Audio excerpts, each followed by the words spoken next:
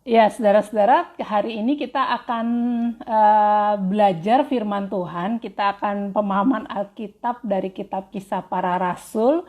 Dan kita mau belajar bagaimana caranya untuk menghadapi ketegangan-ketegangan di dalam kehidupan kita ini supaya kita bisa mengganti atau menukar ketegangan yang ada dengan ketenangan. Nah, kita akan belajar dari tokoh Alkitab, salah satu tokoh Alkitab yang cukup terkenal di dalam kitab Perjanjian Baru, terutama di kitab Kisah Para Rasul. Saya mau mengajak untuk kita berdoa terlebih dahulu, dimanapun Anda berada. Mari kita satu di dalam doa.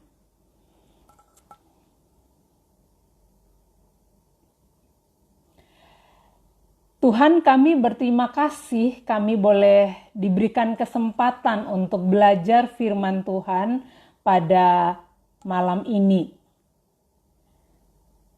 Di tengah segala situasi yang terjadi, kami bersyukur Tuhan boleh membuka jalan, Tuhan boleh memberkati kami dengan teknologi sehingga kami tetap bisa bersama-sama belajar firman Tuhan. Tuhan berkati setiap kami, Tuhan berkati juga hamba yang akan menguraikan, yang akan berbicara tentang firman-Mu. Penuhi hamba dengan Roh Kudus-Mu. Di dalam nama Tuhan Yesus, kami berdoa. Amin. Ya, saudara-saudara, kita akan membaca kitab Kisah Para Rasul pasal 6. Kisah Para Rasul pasal 6 ayat 8 sampai 15. Namun saya akan menambahkan satu bagian supaya pemahaman kita lengkap tentang kisah ini. Bapak Ibu silakan menyiapkan terlebih dahulu Kisah Para Rasul 6 ayat 8 sampai 15. Lalu nanti kita akan lanjutkan di pasal 7 ayat 54 sampai ayatnya yang ke-60. Jadi kita akan baca dua bagian, Kisah Para Rasul 6 ayat 8 sampai 15, dan kita akan melanjutkan pasal 7 ayat 54 sampai 60. Yang pertama saya akan bacakan terlebih dahulu Kisah Para Rasul 6 ayat 8 sampai 15. Bapak Ibu bisa juga membaca bagian teks ini di rumah dimanapun Anda berada. Dan Stefanus yang penuh dengan karunia dan kuasa mengadakan mujizat-mujizat dan tanda-tanda di antara orang banyak. Tetapi tampillah beberapa orang dari jemaat Yahudi yang disebut jemaat orang Libertini. Anggota-anggota jemaat itu adalah orang-orang dari Kirene dan dari Alexandria, bersama dengan beberapa orang Yahudi dari Kilikia dan dari Asia. Orang-orang itu bersoal jawab dengan Stefanus. Tetapi mereka tidak sanggup melawan hikmatnya dan roh yang mendorong dia berbicara. Lalu mereka menghasut beberapa orang untuk mengatakan, kami telah mendengar dia mengucapkan kata-kata hujat terhadap Musa dan Allah. Dengan jalan demikian, mereka mengadakan suatu gerakan di antara orang banyak serta tua-tua dan ahli-ahli Taurat. Mereka menyergap Stefanus, menyeretnya, dan membawanya ke mahkamah agama. Lalu mereka memajukan saksi-saksi palsu yang berkata, orang ini terus-menerus mengucapkan perkataan yang menghina tempat kudus ini dan hukum Taurat. Sebab kami telah mendengar dia mengatakan bahwa Yesus orang Nazaret itu akan merubuhkan tempat ini dan mengubah adat istiadat yang diwariskan oleh Musa kepada kita. semua orang yang duduk dalam sidang mahkamah agama itu menatap Stefanus, lalu mereka melihat muka Stefanus sama seperti muka seorang malaikat. Kita lompat, kita baca di pasalnya yang ke-7. Pasalnya yang ke-7 ayat 54 sampai 60. Ketika anggota-anggota mahkamah itu mendengar semuanya itu, ini yang dimaksud mereka mendengar pembelaan Stefanus ada di pasal 7. Sangat tertusuk hati mereka, maka mereka menyambutnya dengan gertakan gigi. Tetapi Stefanus yang penuh dengan Roh Kudus menatap ke langit, lalu melihat kemuliaan Allah dan Yesus berdiri di sebelah kanan Allah. Lalu katanya, sungguh aku melihat langit terbuka dan Anak Manusia berdiri di sebelah kanan Allah. Maka berteriak-teriaklah mereka dan sambil menutup telinga serentak menyerbu dia. Mereka menyeret dia keluar kota lalu melemparinya. Dan saksi-saksi meletakkan jubah mereka di depan kaki seorang muda yang bernama Saulus. Sedang mereka melemparinya, Stefanus berdoa katanya, "Ya Tuhan Yesus, terimalah rohku." Sambil berlutut, ia berseru dengan suara nyaring, "Tuhan, janganlah tanggungkan dosa ini kepada mereka." Dan dengan perkataan itu, meninggallah ia. Demikian firman Tuhan yang kita baca pada malam ini. Dan tema kita mengubah ketegangan menjadi ketenangan. Ada banyak hal dalam hidup kita, saudara, yang bisa membuat kita ini mengalami ketegangan. Apalagi dalam situasi pandemi ini, banyak ketegangan-ketegangan yang tiba-tiba muncul di dalam hidup kita, di dalam diri kita. Gak usah berbicara misalnya kita kena COVID, itu kita gak usah bicara, itu pasti ada ketegangan tertentu. Kita mendengar teman kita, sobat kita, saudara kita kena COVID, kita aja udah seperti orang yang ikut kena. Kita shock, kita kaget gitu ya. Pandemi ini memang mengejutkan dan banyak hal yang bisa terjadi. Ketegangan lainnya di dalam keluarga misalnya. Faktor ekonomi keluarga, faktor anak-anak, apalagi sekarang dalam situasi seperti ini gitu ya. Ketika harus belajar online, lalu bukan hanya anaknya yang tegang, orang tuanya juga pasti mengalami ketegangan-ketegangan tertentu. Pekerjaan, usaha, ketika misalnya kita menghadapi situasi kita, usaha sekarang, pekerjaan sekarang menjadi sangat tak menguntungkan. Penghasilan kita mungkin menurun secara drastis. Belum lagi kalau kita misalnya menghadapi sakit. Nah, saudara, situasi-situasi yang saya sebutkan tadi adalah situasi yang kemudian bisa dialami oleh semua orang, terutama di masa sekarang. Jadi kita sedang mengalami gelombang angin kencang yang sama. Namun ada hal lain juga, misalnya terkait pekerjaan, ketika Anda difitnah, melakukan hal yang tidak dilakukan, ketika dalam persaingan-persaingan tertentu, kita misalnya ditekan, kita diperhadapkan pada situasi yang berat gitu ya.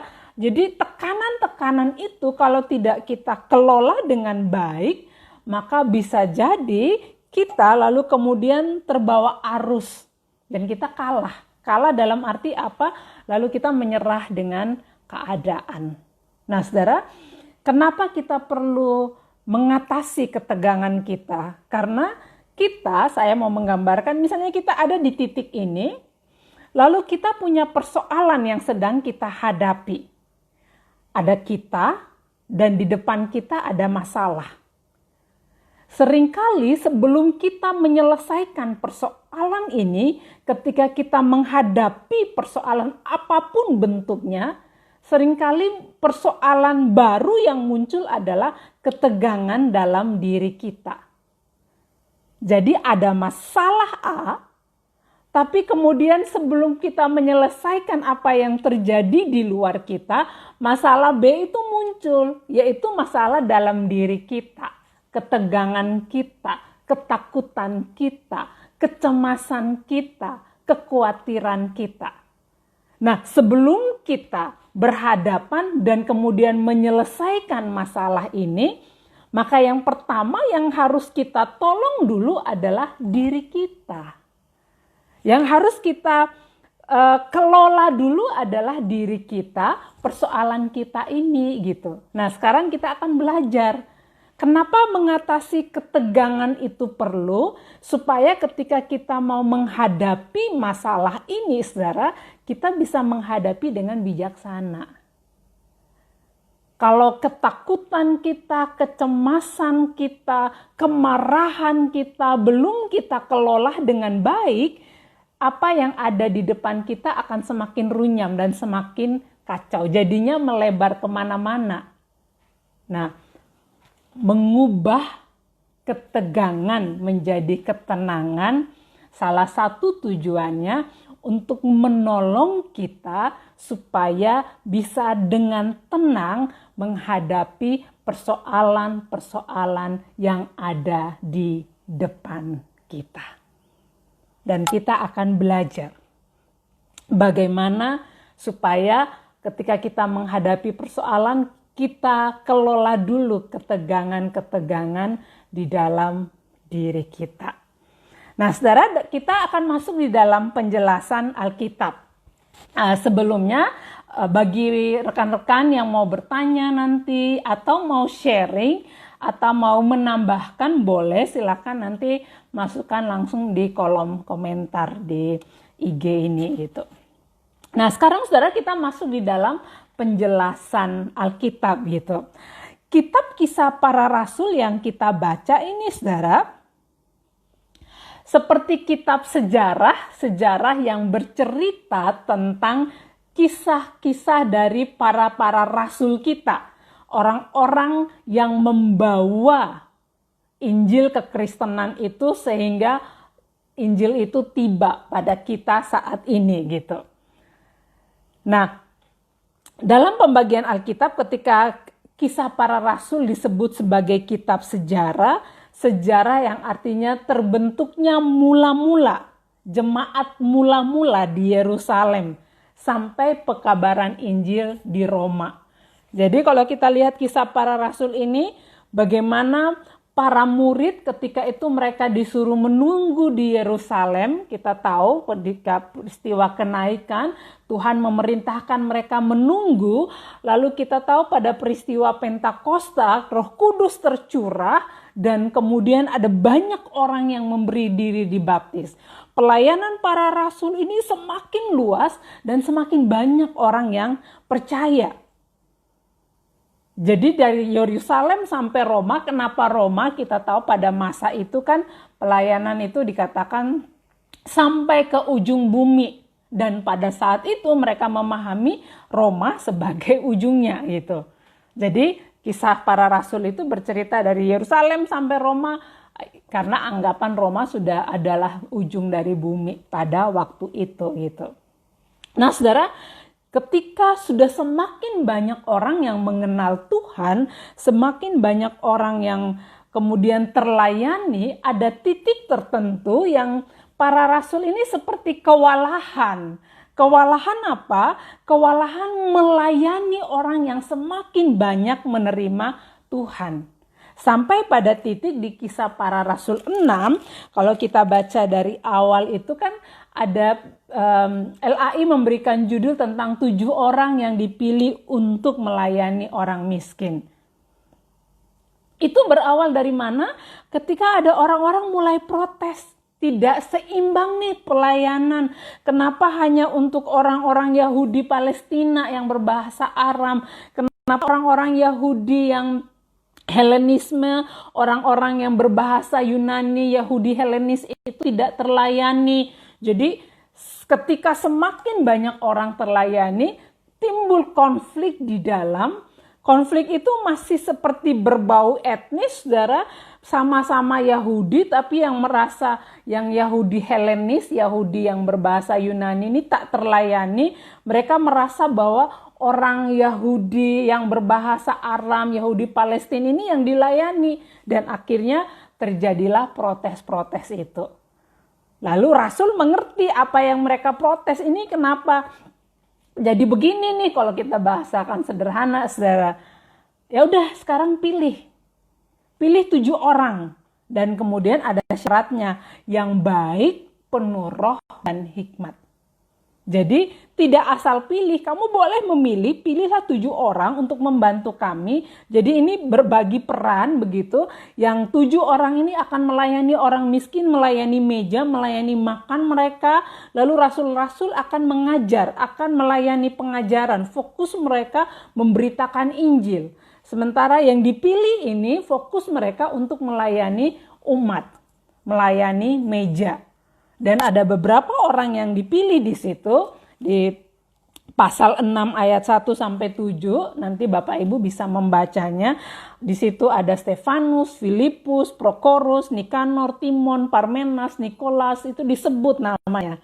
Nah, di antara 7 orang ini, Stefanus yang paling banyak dibicarakan. Stefanus yang paling terlihat dalam arti pelayanannya itu boleh dikatakan hebat gitu. Hebat karena dia bisa mengajar juga begitu.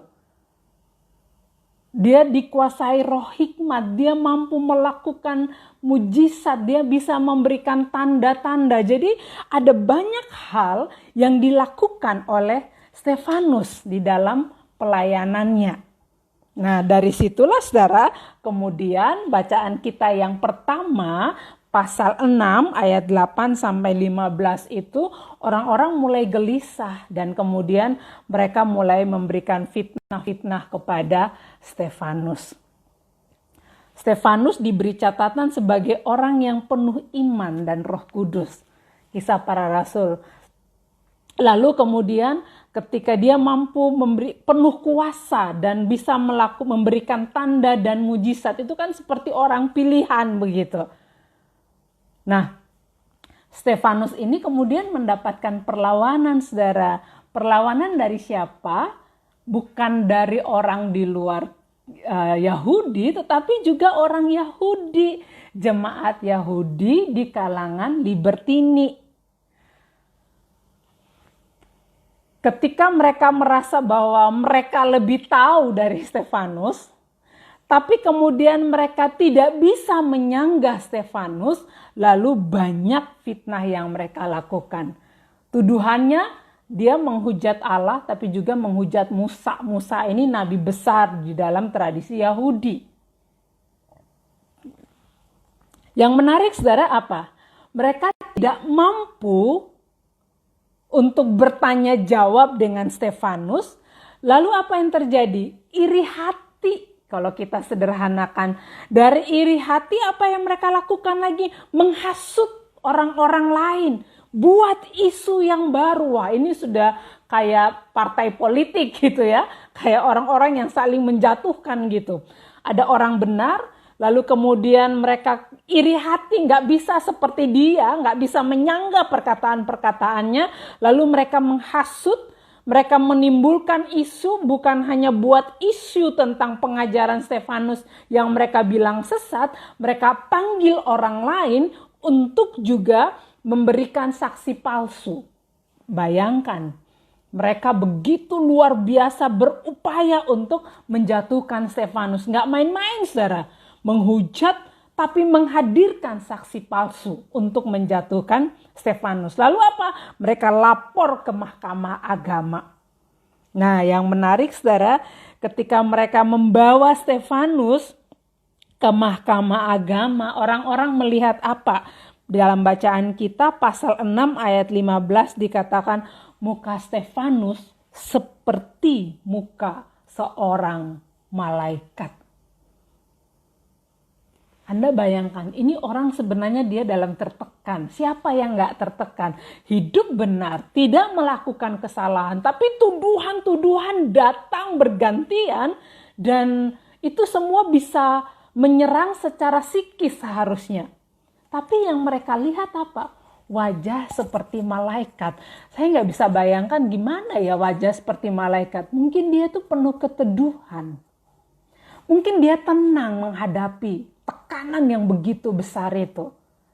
Sebagai manusia bisa jadi mungkin Stefanus sebenarnya takut juga mungkin ya.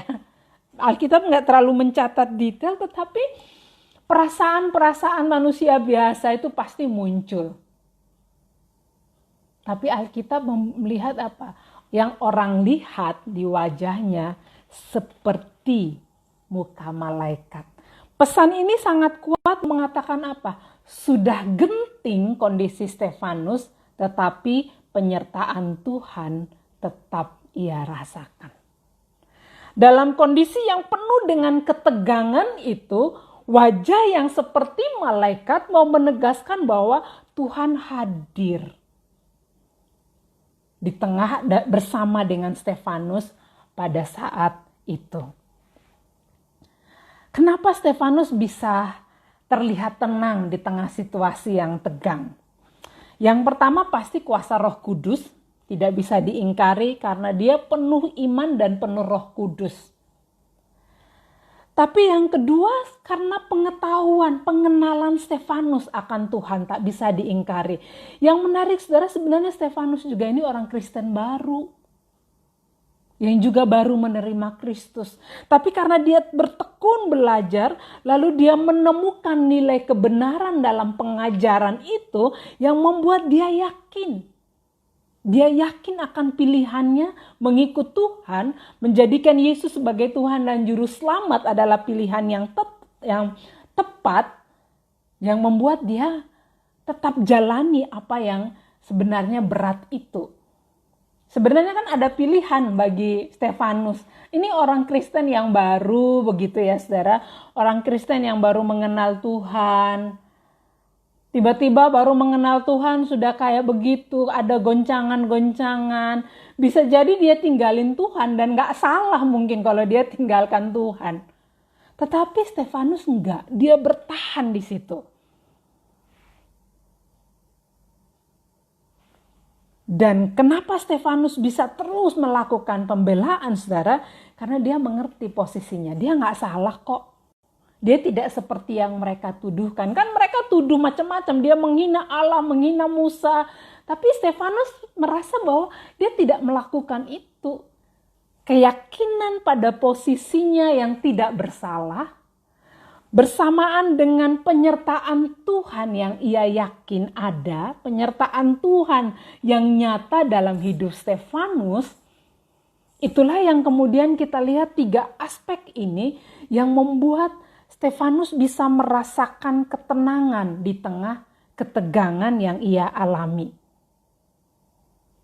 Pasal 7 itu berbicara tentang banyak perdebatan yang disampaikan. Namun kalau kita terus melompat di pasal 7 ayat 54, bacaan kita yang kedua tadi saudara, kita bisa lihat nih pada bagian ini yang menarik saudara. Stefanus terus menyampaikan hal yang benar, tetapi ketika dia menyampaikan yang benar, hati mereka tertusuk. Orang kalau sudah menolak kebenaran, kebenaran itu seperti pedang yang menyerang hidup mereka. Stefanus ketika dia menyampaikan kebenaran yang dia tahu tentang Tuhan, tentang kitab suci, kebenaran itu seperti menyerang musuh-musuhnya saudara. Dikatakan seperti tertusuk hati mereka. Mereka menyambut dengan kertakan gigi. Ayat 55, pasal 7 ke ayat 55 dikatakan, tetapi Stefanus yang penuh dengan Roh Kudus menatap ke langit, melihat kemuliaan Allah. Sekali lagi saudara, menarik apa yang dilakukan Stefanus dalam ketegangannya. Dia enggak tertunduk. Kalau tertunduk dia melihat dirinya. Tapi dia menatap. kita bisa bayangkan itu seperti orang yang mungkin kelelahan. Di tengah kelelahannya, ketika dia mungkin sudah nggak tahu harus berbuat apa lagi untuk menjelaskan tentang apa yang ia imani, kita bisa bayangkan di depan orang banyak itu, dia kemudian menatap ke atas. Seperti orang yang sudah nggak mengerti apa-apa, tapi dia mengarahkan pandangannya pada Allah. Dan justru ketika dia menengadah ke atas, saudara, disitulah dia melihat Allah Tritunggal. Dia melihat Yesus. Sungguh aku melihat langit terbuka dan Anak Manusia berdiri di sebelah kanan Allah. Apa yang dilihat ini lagi, saudara, namanya orang lagi membenci dia. Wah, mereka semakin berteriak. Mereka menutup telinga seolah-olah merasa yang dia bicarakan itu sudah nggak benar, sudah nggak karuan. Lalu mereka menyeret dia. Mereka melemparinya. Dan pada saat dia sedang ada dalam titik terendah itulah, lalu Stefanus berdoa, ya Yesus terimalah rohku. Dia mengatakan apa? Ya Tuhan Yesus, terimalah rohku. Dia menyebut Tuhan Yesus sebagai tanda dia menunjukkan imannya yang teguh kepada Tuhan yang tak tergoyahkan. Lalu kemudian dia mengatakan terimalah rohku. Karena dia tahu dia akan kemana kalau misalnya dia mati karena itu. Dan di ujung napasnya, saudara, Stefanus mengatakan, Tuhan, janganlah tanggungkan ini, janganlah tanggung dosa ini kepada mereka. Anda lihat,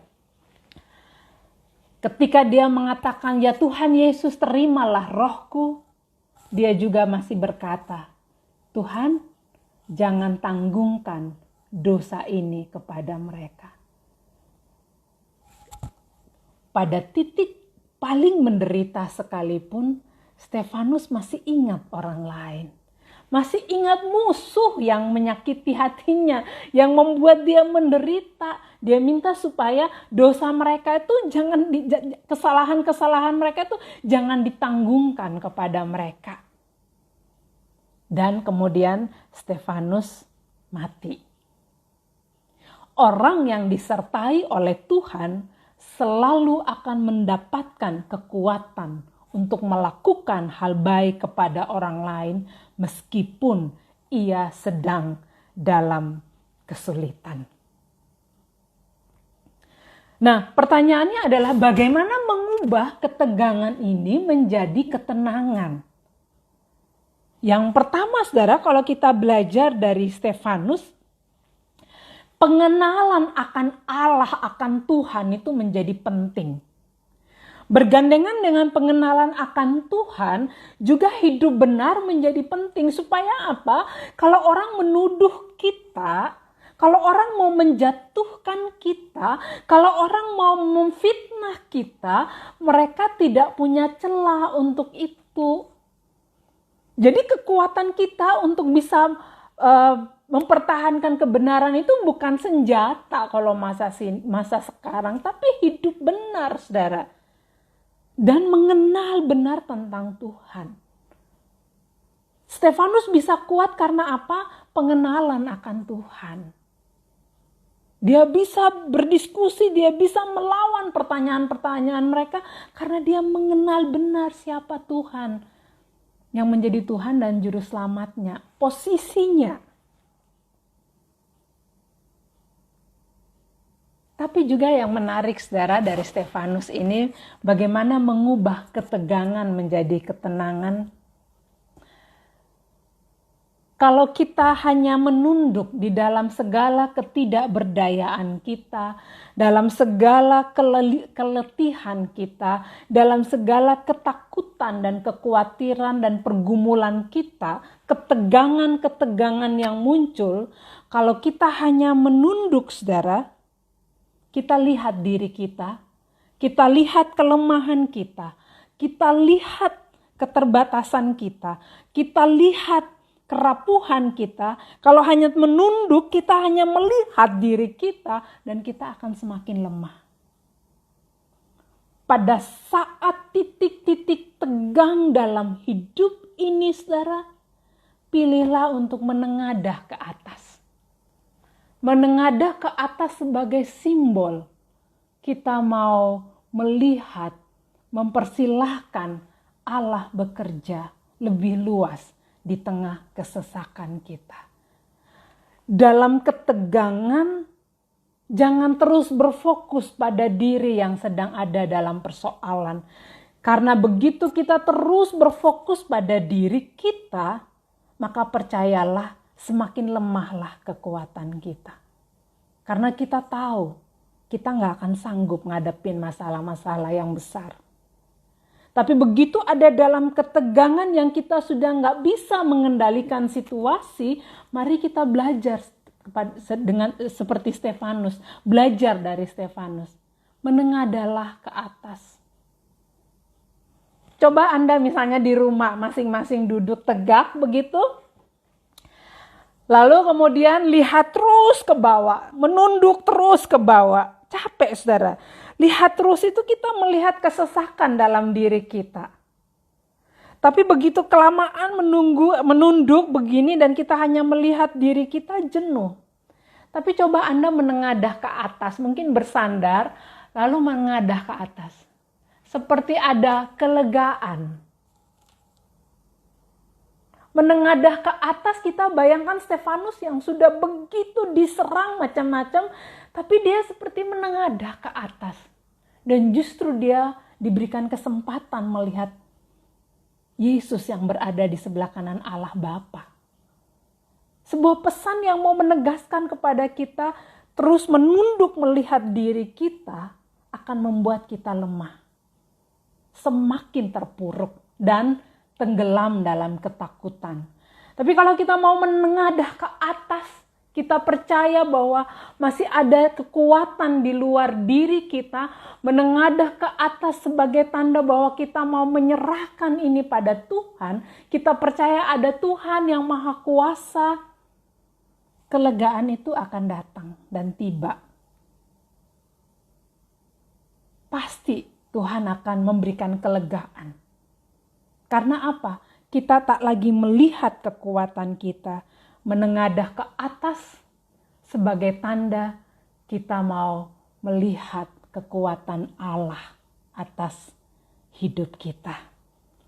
Menengadah ke atas memberi kelegaan, membuka cakrawala. Bukankah kalau kita terus menunduk melihat diri kita, pandangan kita hanya pada diri kita. Tapi kalau menengadah ke atas, pandangan kita jauh lebih luas, saudara. Cakrawala berpikir kita akan lebih luas. Kita akan lihat pengharapan. Menoleh ke atas pada Tuhan yang menjadi sumber kekuatan dan kehidupan kita.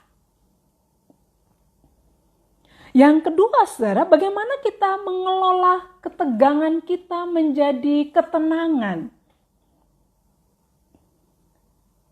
Stefanus di tengah situasi berat yang ia hadapi, dia mengatakan apa? Tuhan, terimalah rohku.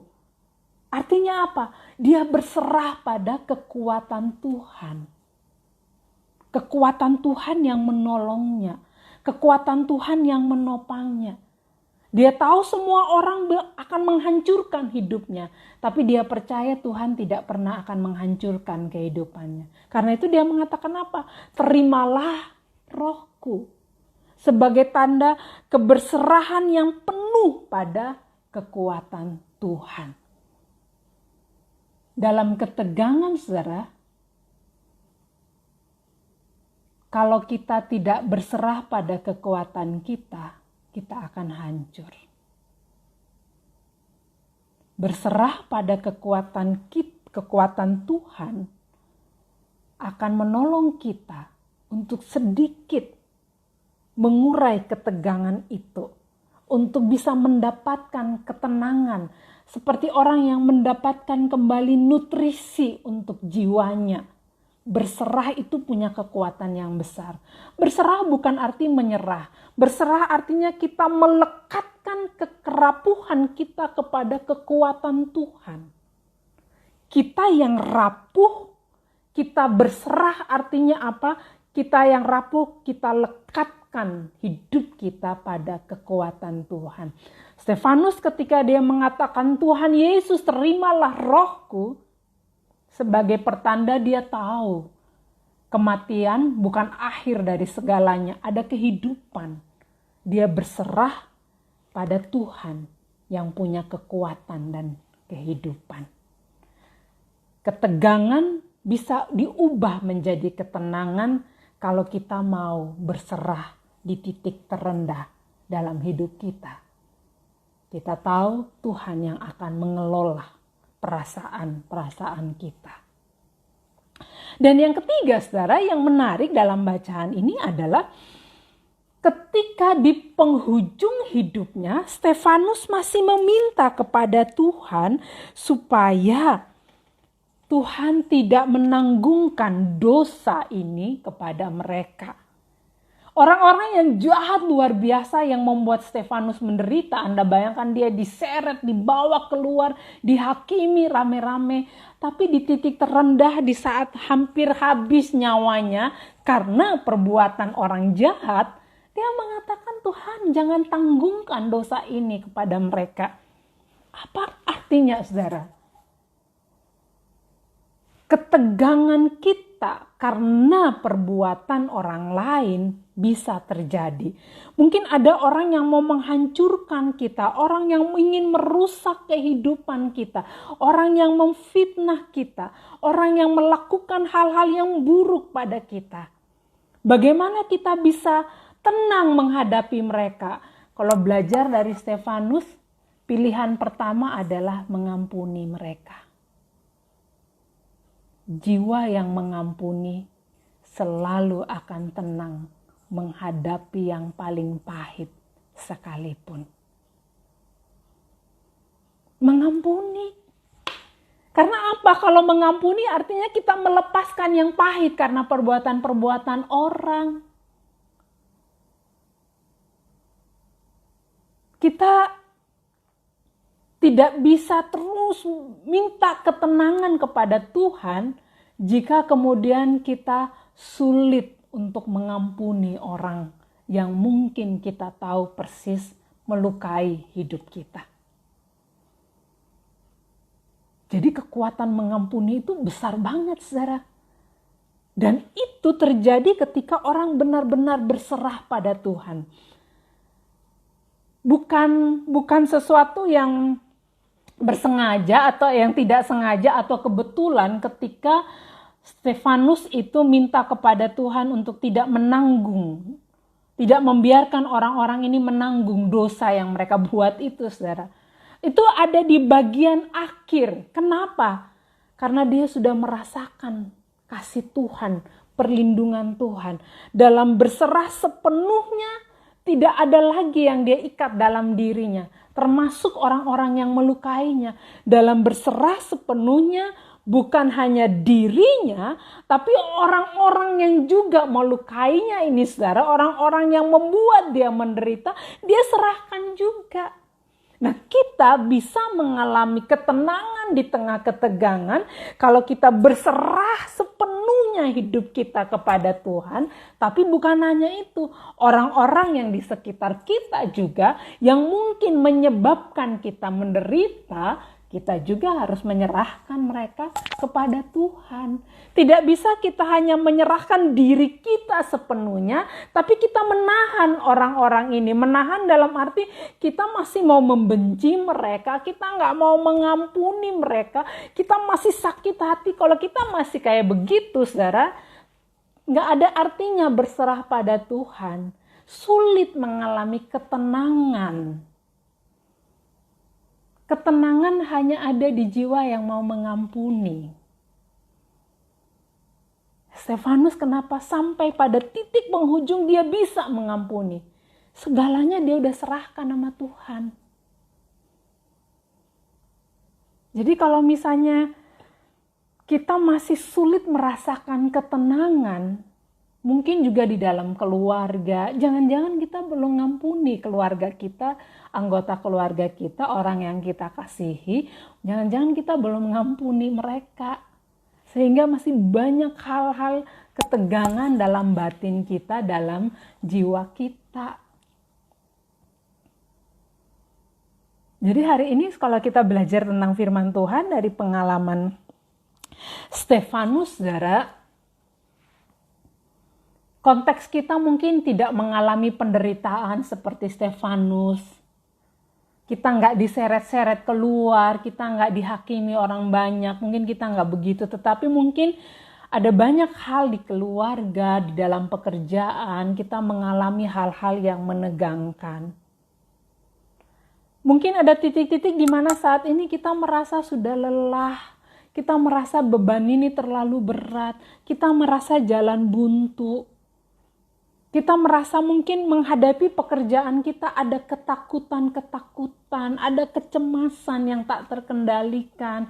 Jika semua itu dialami, hari ini Tuhan mau mengingatkan, sudah cukup menunduk dan melihat diri terus-menerus. Sudah waktunya Anda menengadah ke atas, melihat masih ada kekuatan dan kuasa Allah di tengah dunia ini. Bersamaan dengan kita mau menengadah ke atas, mari kita belajar juga untuk berserah sepenuhnya.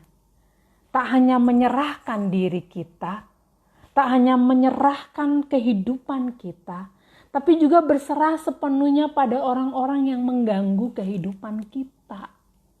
Yang membuat kita tegang, yang membuat kita cemas, yang membuat kita marah, yang membuat kita kecewa. Serahkan juga mereka pada tangan Tuhan. Hanya pada titik itu berserah secara utuh, maka kita mampu untuk mengampuni. Kita bisa mengubah ketegangan dalam jiwa kita ketika kita juga bersedia dan mau mengampuni orang-orang yang mungkin sudah menyakiti hati kita. Seperti Stefanus, dia minta Tuhan tak usah menanggungkan dosa itu kepada mereka. Karena mungkin Stefanus sudah bayangin betapa beratnya hukuman yang harus mereka terima dari Tuhan akibat perbuatan mereka. Tapi Stefanus berdoa, jangan Tuhan. Seperti yang Tuhan Yesus ajarkan kan. Ampunilah kami seperti kami mengampuni orang yang bersalah pada kami. Artinya bahwa betapa pentingnya pengampunan itu untuk jiwa kita. Seringkali kita merasa berat mengampuni karena kita mungkin merasa orang itu keenakan dapat pengampunan dari kita. Tapi sebenarnya saudara, itu menolong kita. Itu untuk memberikan ketenangan bagi jiwa kita yang sudah tegang karena berpikir tentang orang lain.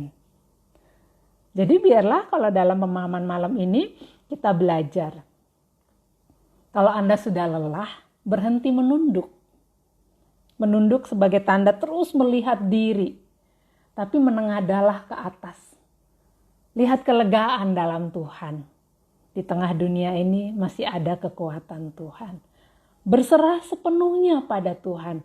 Bukan hanya hidupmu. Hidup orang-orang yang melukai pun serahkan pada Tuhan. Dan jangan lupa, obat untuk mengubah ketegangan menjadi ketenangan, salah satunya adalah hati yang mengampuni. Sampai di sini, ada yang mau bertanya, saudara? Ini sudah 45 menit ya. Bicara. Ada yang mau bertanya, ada yang mau menanggapi, silakan bisa masuk di kolom komentar.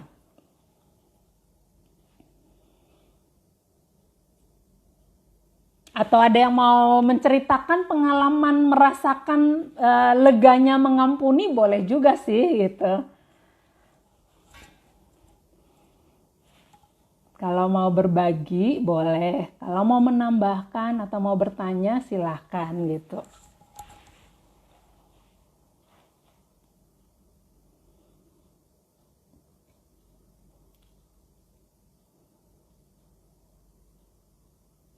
Apakah Bapak Ibu saudara-saudara sekalian cukup bisa mengikutinya, cukup bisa memahaminya?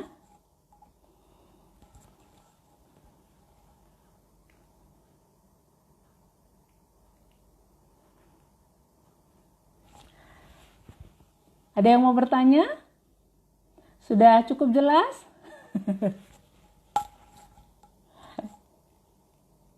Oke, terima kasih Bu Peggy. Mengampuni apakah sama dengan melupakan? Nah, ini seringkali kita itu berkata mengampuni sama dengan melupakan. Sekali lagi, tidak selalu sama dengan. Karena apa? Mengampuni kalau kita bicara sama dengan melupakan, disitulah letaknya sulit mengampuni. Karena apa?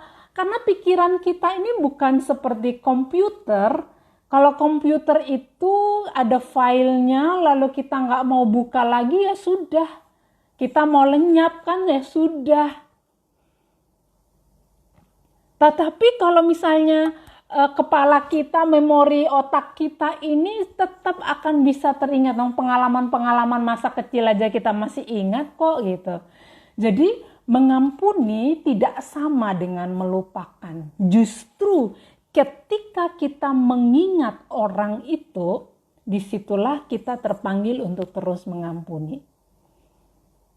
Mengampuni dan melupakan itu dua hal yang berbeda. Ada yang bisa menjalaninya. Tetapi melupakan itu kemudian melupakan lalu hilang dari memori rasanya sulit karena memori kita tuh daya rekamnya hebat gitu. Karena itu mengampuni bukan melupakan. Mengampuni itu mengingat. Setiap kita mengingat orang itu, setiap kita mengingat kesalahannya, kita mengampuni. Begitu pikiran tentang dia muncul, kita mengampuni. Jadi polanya udah berbeda. Kalau kita belum mengampuni, kita ingat orang itu, kita benci. Kita marah. Tapi kalau kita udah mengampuni, kita ingat orang itu, perasaan kita udah bukan perasaan negatif. Biasa aja.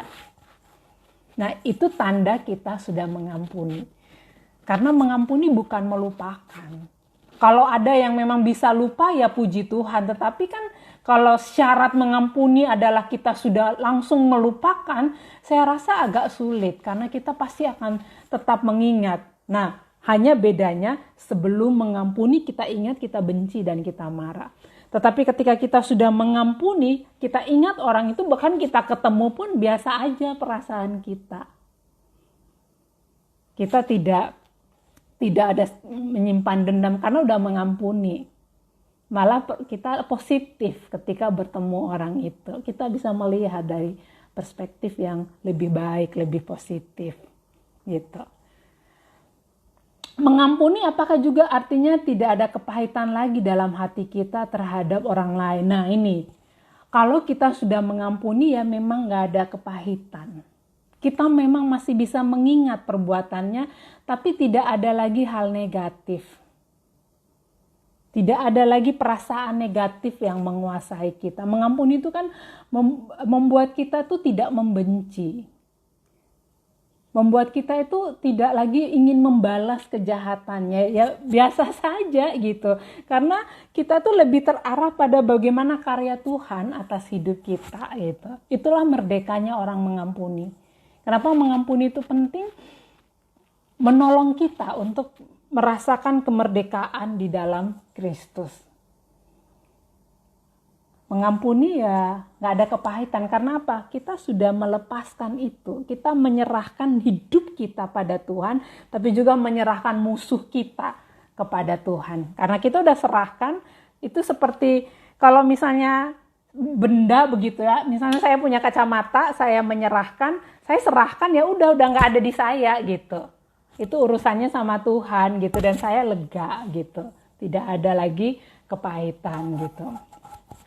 Setelah mengampuni, menyerahkan semua beban pada Tuhan, Tuhan memberi kelegaan dan penghiburan dalam hidupku. Terima kasih untuk Ibu Lala Christian yang sudah sharing gitu. Semoga firman ini boleh menguatkan istri saya, Susi. Ya, amin. Kiranya boleh memberkati gitu ya. Itu ada lagi yang mau, sebentar saya cek. Ada lagi yang mau bertanya? Sama-sama Bu Peggy, terima kasih kembali. Ya, kalau nggak ada lagi, saya coba nunggu 1 menit. Kalau misalnya masih ada yang mau bertanya gitu. Bu Lala, terima kasih untuk kesaksiannya ya. Setelah mengampuni, menyerahkan semua beban pada Tuhan, Tuhan memberi kelegaan. Betul itu. Setiap kali kita mau mengampuni itu, kita mau menyerahkan hidup kita dan juga hidup orang lain pada kuasa Tuhan, kita pasti akan lega. Pasti akan tenang, hati kita, batin kita tuh selalu lebih tenang gitu.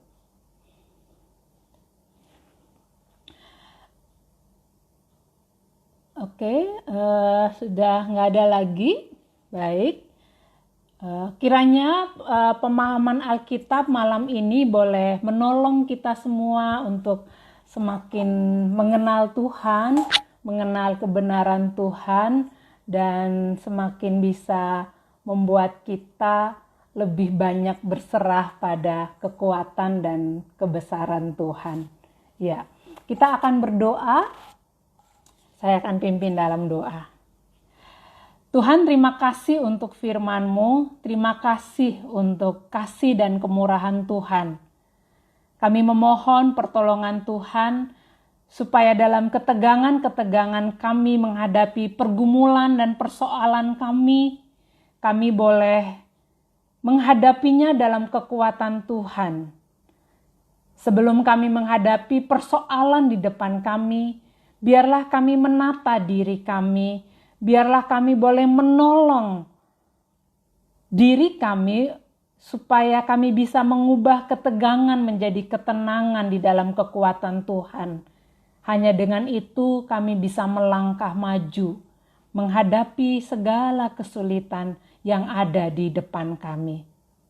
Terima kasih untuk firman-Mu, berkati semua umat Tuhan yang sudah boleh bersama dengan kami, biarlah kasih dan kemurahan Tuhan menyertai mereka. Terima kasih Bapa, di dalam nama Tuhan Yesus kami berdoa. Amin. Ya, terima kasih. Terima kasih Bu Hedi. Ya, sampai bertemu di PA minggu depan. Tuhan Yesus memberkati. Selamat malam.